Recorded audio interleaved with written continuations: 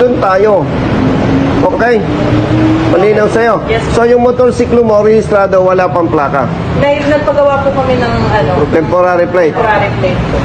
Ito pa ang problema ninyo ha, na hindi dapat ninyo problema.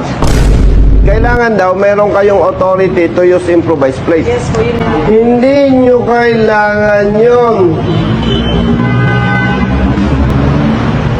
Dahil obligasyon nila.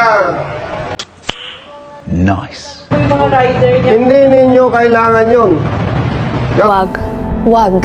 Wag. Wag. Wag. Wag. Huwag mong subukan. Masisira ang buhay mo. Hindi ninyo kailangan yun. Kakausapin ko yung LTO chief. Parang ako LTO. Nagrehistro ka. Wala akong maibigay sa yung plaka. Bakit may kasalanan ka pa? Nice. Ikaw pa ang pupunta sa akin. Sir, pahingi akong authority to use improvised plate. Parang sobrang mali naman yon. So, gamitin nyo yung improvised plate na gusto ninyo.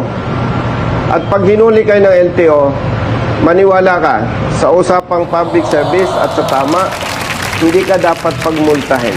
Sapagkat yung problema nasa sa kanila. Walang problema sa'yo. Yep. Nice.